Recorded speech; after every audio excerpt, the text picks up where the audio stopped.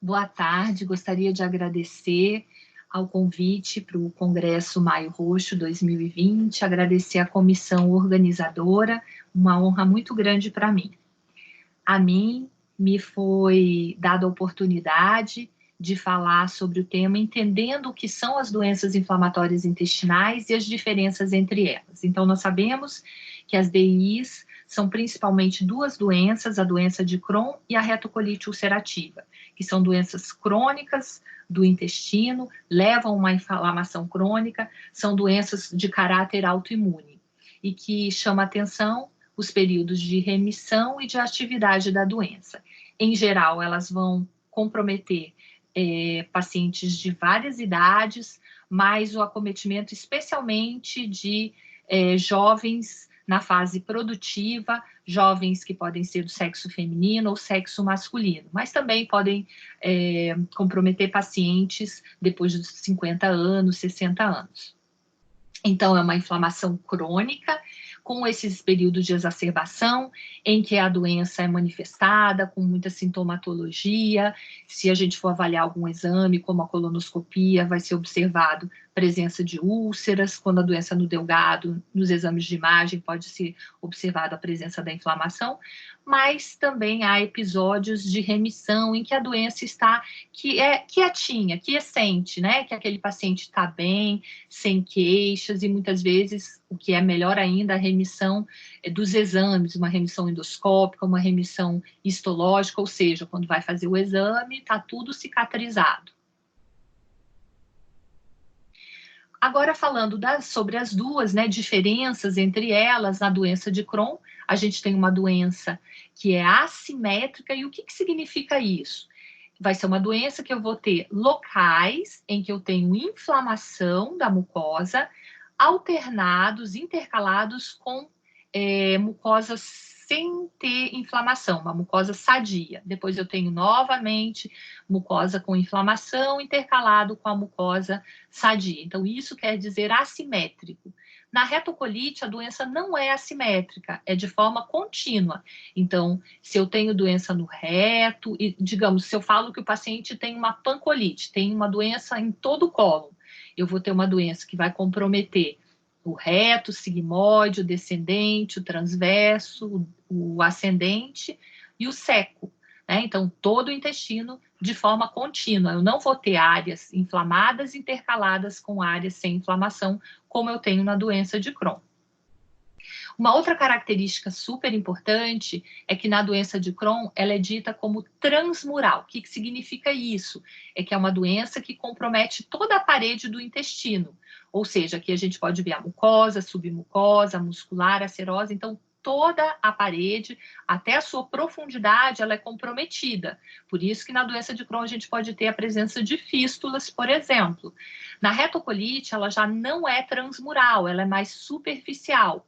Geralmente, ela só compromete a mucosa. Algumas vezes até vai de forma um pouquinho mais profunda, mas o habitual é só o comprometimento da mucosa. Ela não é transmural. Então, essa já é uma diferença. Então, como aqui a gente pode ver, né? Ela vai da mucosa para submucosa, muscular, serosa.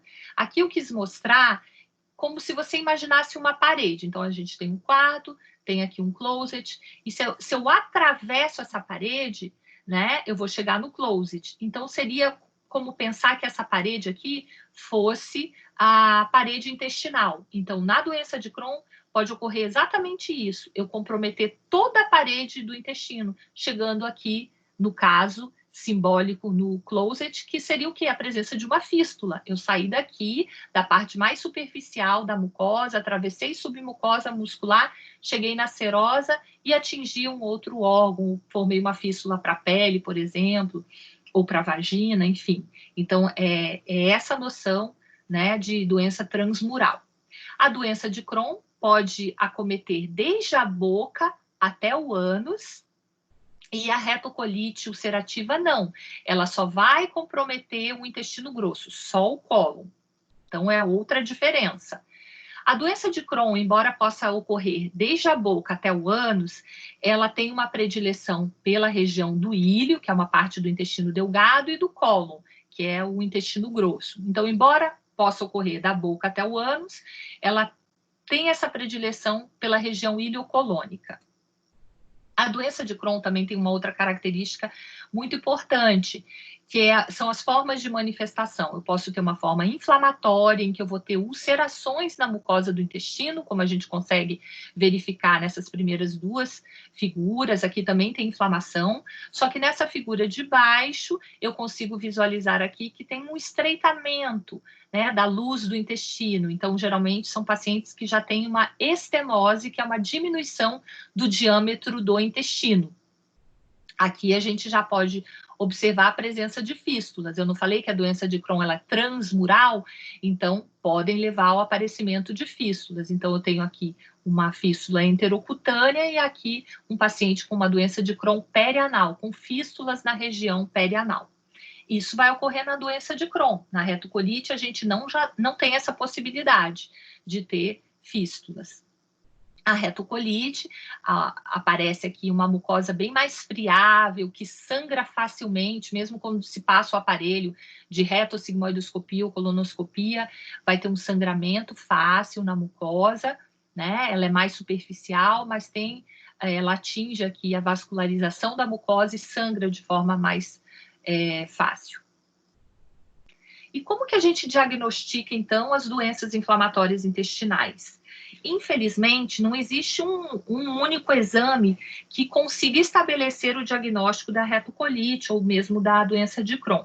Por isso, a gente associa esses dados, todos esses dados. Então, a gente associa dados clínicos, dados laboratoriais, endoscópicos, anatomopatológicos e radiológicos.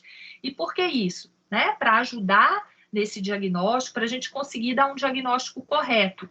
E isso é muito importante para a gente fazer o diagnóstico diferencial, porque às vezes pode ser uma doença infecciosa do intestino, né? Então é importante que a gente avalie todos esses dados. E a outra coisa também é que quando a gente dá o diagnóstico correto, adequado, de forma, se possível, precoce, nós conseguimos começar o tratamento também de uma forma mais precoce. E isso é muito importante porque muda a história, a evolução da doença do paciente.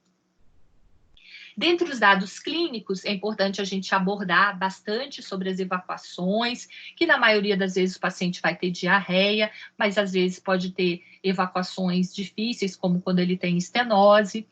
E essa diarreia, se tem sangue, se tem muco, se tem pus, quantas vezes por dia, há quanto tempo que começou, tudo é importante, né? Se tem algum sinal de alarme, por exemplo, está acordando, ele é despertado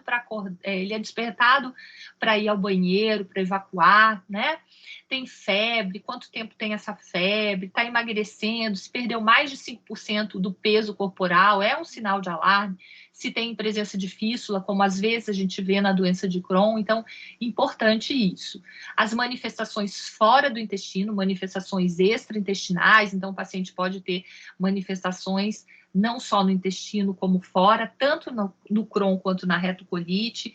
Os antecedentes pessoais patológicos, né? Então, poderia ser um paciente que tem alguma alteração de uma alteração do metabolismo do cálcio, uma osteopenia, né, uma osteoporose, nem sabe ainda que tem a doença inflamatória, mas ela pode estar associada, ou é um paciente que faz uso de anti-inflamatório e o anti-inflamatório desencadeou um quadro de diarreia, porque a gente sabe que o anti-inflamatório ele vai piorar, né? Então a gente até sempre procura orientar os nossos pacientes para não fazerem uso de anti-inflamatórios de forma inadvertida. E também os antecedentes familiares, porque familiares, especialmente familiares de primeiro grau, né? Então, se tem o pai, ou a mãe, o irmão com doença de Crohn, com retocolite, essa pessoa tem mais chance de ter. Não é que ela vá ter, mas a chance aumenta. Então, é bom avaliar isso também. Então, com relação à doença de Crohn, muito importante a dor abdominal, muitos pacientes apresentam dor abdominal. Então, os dois principais sintomas, dor abdominal e diarreia. Diarreia, como eu falei, sempre abordagem, saber se tem sangue, se tem muco, se tem pus, né? Quantos episódios, há quanto tempo que apresenta. Esses pacientes podem ter febre também, saber, né, aferir essa febre, se é uma febre baixa, se é uma febre alta. Às vezes tem uma febre baixa, mas é uma febre que já é uma febre que tem mais tempo. A perda de peso, avaliar quantos quilos que perdeu em quanto tempo. A presença de fístulas, como eu falei, na doença de Crohn, isso pode acontecer por ela ser transmural. Então, as fístulas podem ser na região perianal, podem ser para a pele, pode ser uma fístula para a vagina, então diversas localizações, né? Vai depender da onde começou e o trajeto que ela faz até onde ela vai.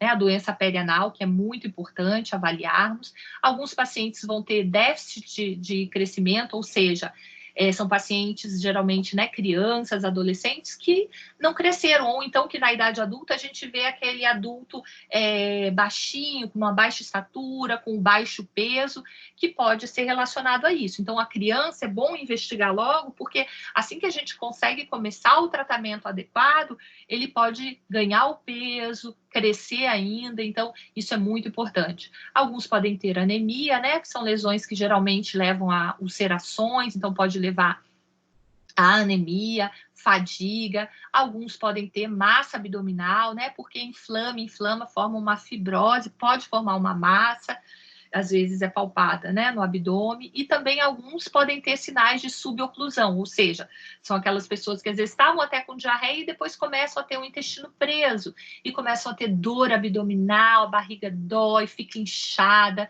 distendida, e às vezes até o próprio diagnóstico pode ser feito de forma, né, num quadro de abdômen agudo, na urgência, porque ele obstruiu, precisou operar na urgência, e aí se descobriu que ele tem Crohn. Ou mesmo ele fez o diagnóstico e aí já viu que tem uma estenose ou em algum período da evolução da doença, em algum momento ele vai precisar operar também. Ainda sempre muito importante falar que a doença de Crohn pode comprometer, né, a região perianal, e é chamado de doença de Crohn perianal. Então, nesses casos, fundamental, paciente que você pensa em doença inflamatória, sempre tem que fazer uma inspeção anal, olhar a região do ânus, fazer o toque retal, e se realmente você observar a presença de fístulas, né, fissuras, alguma alteração nessa região, contacte, né, o proctologista da sua confiança para que ele faça o exame proctológico sob anestesista. Então, é um exame no centro cirúrgico, com anestesista, em que esse proctologista ele vai abordar essas fístulas, fazer a limpeza delas, para que o tratamento seja adequado, porque não adianta eu dar um medicamento se eu não faço essa avaliação de forma adequada, de forma conjunta também. Na retocolite ulcerativa, chama atenção a diarreia com sangue.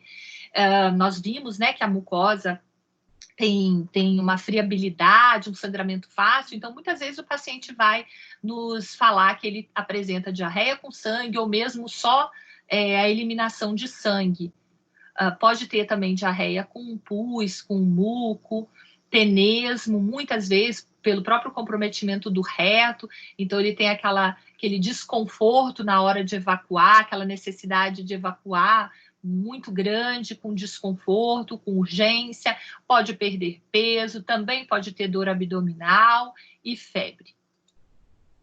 Eu falei que as duas doenças, Crohn e retocolite, podem ter manifestações fora do intestino, chamadas manifestações extraintestinais, e essas manifestações podem ser osteoarticulares, então, às vezes o paciente vai chegar para você dizendo que ele tem dor articular, às vezes vai falar que ele tá inflamado, tá inchado, né? Então, o paciente pode ter alterações dermatológicas, como a gente vê aqui o pioderma gangrenoso, podemos ver aqui o eritema nodoso, essas lesões acastanhadas que doem. O paciente pode ter alterações oftalmológicas, que a gente chama de síndrome do olho vermelho. Então, a gente costuma perguntar nas nossas consultas se o paciente em algum momento teve, né, o olho ficou vermelho, se doeu, porque várias alterações podem levar a inflamações, né? E também na parte do fígado, hepatobiliar. Aqui a gente tem um paciente ictérico, ele está amarelo, e ele tem uma alteração chamada colangite esclerosante primária, que nesse caso é mais comum na retocolite ulcerativa do que na doença de Crohn. E aí a gente tem que investigar, fazer um outro exame de imagem para essa parte, né? Fazer avaliação de exames relacionados para o fígado, tudo direitinho. Os exames laboratoriais também fazem parte dessa avaliação de diagnóstico, o hemograma, porque o paciente pode ter anemia, pode ter uma plaqueta alta por causa da inflamação, o perfil de ferro muitas vezes a gente acompanha também, e em geral os pacientes têm uma ferritina alta por conta da inflamação, embora alguns possam ter baixa, porque também há perda, né? Mas em geral, por conta daquele período que está em atividade da doença, a ferritina é alta. Provas de atividade inflamatória, a proteína C reativa, que é o PCR, e a velocidade de sedimentação, que é o VHS, são provas inflamatórias que são inespecíficas. Eu posso tê-las aumentado num paciente, por exemplo, com uma amigdalite, com uma pneumonia, não só porque ele tem inflamação no intestino, mas já vão nos dar alguns dados, né? 20% de pacientes podem não ter alteração no PCR.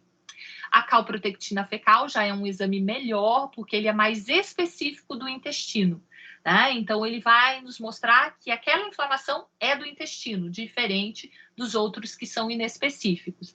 Então, além de mostrar a inflamação, ele pode ajudar no diagnóstico diferencial por exemplo, da síndrome do intestino irritável, né? Então, e ele pode mensurar antes mesmo que uma colonoscopia tenha alterações do seu exame.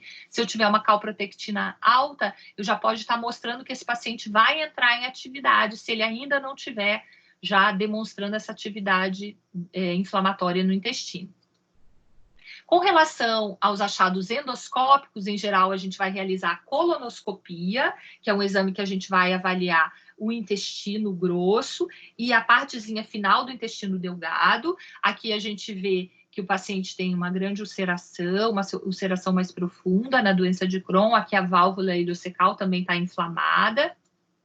Né? Aqui a gente vê uma úlcera menorzinha do tipo aftoide, aqui são úlceras grandes e profundas na doença de Crohn, e esse aspecto aqui, que é chamado de cobblestone, né? Chamado de aspecto de pedras de calçamento, como as pedras mesmo de uma calçada, que vão se assemelhar com o intestino, quando já há uma inflamação mais crônica, importante, pode ficar dessa forma. Na retocolite, é importante, né, a colonoscopia, às vezes se faz até a retossigmoidoscopia, mas lembrando que a retossigmoidoscopia eu só vou conseguir avaliar o reto e o sigmoide. E aqui a gente vê, né, uma mucosa bem friável, sangrando facilmente, com essa alteração também da vascularização. Só para vocês verem, né, é um pouco diferente, então aqui, né, a inflamação da doença de Crohn e da retocolite. Embora aqui é bem fácil de a gente diferenciar, nem todos os casos a gente consegue realmente diferenciar. E em cerca de 10% dos pacientes, mesmo com toda essa avaliação clínica, laboratorial, endoscópica, às vezes a gente não consegue diferenciar entre retocolite e doença de Crohn. Os resultados, então a gente colhe biópsias, né, através da colonoscopia, e essas biópsias vão para o patologista, que a gente vai avaliar. Então, aqui a gente consegue ver, né, um granuloma não caseoso, que esse é bem característico da doença de Crohn. Mas a gente não espera essa alteração para dar o diagnóstico, porque ela ocorre em poucos casos, menos de 20% dos casos. Mas é um exame a mais para ajudar. E aqui a gente tem uma retocolite, né, na retocolite, que chama mais atenção a presença de abscessos em cripta, né, ou criptite, que é a inflamação dessas criptas. Também a gente não espera que ocorra em todos os pacientes, mas é um dado a mais, não ocorre só nessa doença, mas é um dado a mais juntando com os outros que pode nos ajudar. Os exames radiológicos, né, na doença de Crohn a gente pode avaliar a enterografia por tomografia, que é chamada de enterotomografia, ou a enterorressonância, né, são exames que vão avaliar melhor a parede da mucosa intestinal, mostrando espessamento, inflamação, às vezes estenoses, fístulas, né, podem estar presentes.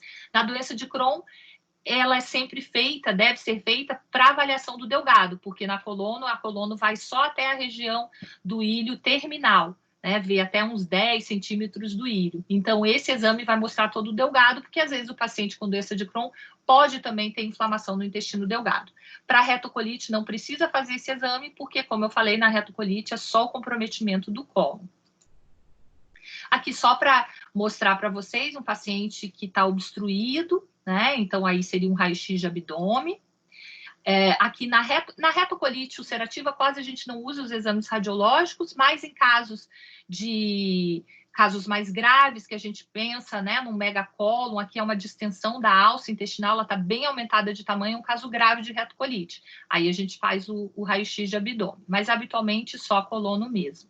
Eu gostaria de agradecer a oportunidade de estar com vocês, né, nessa data tão importante que a gente comemora o Maio Roxo. Mais uma vez, agradeço de coração e desejo a todas as mães um feliz e abençoado Dia das Mães. Obrigada.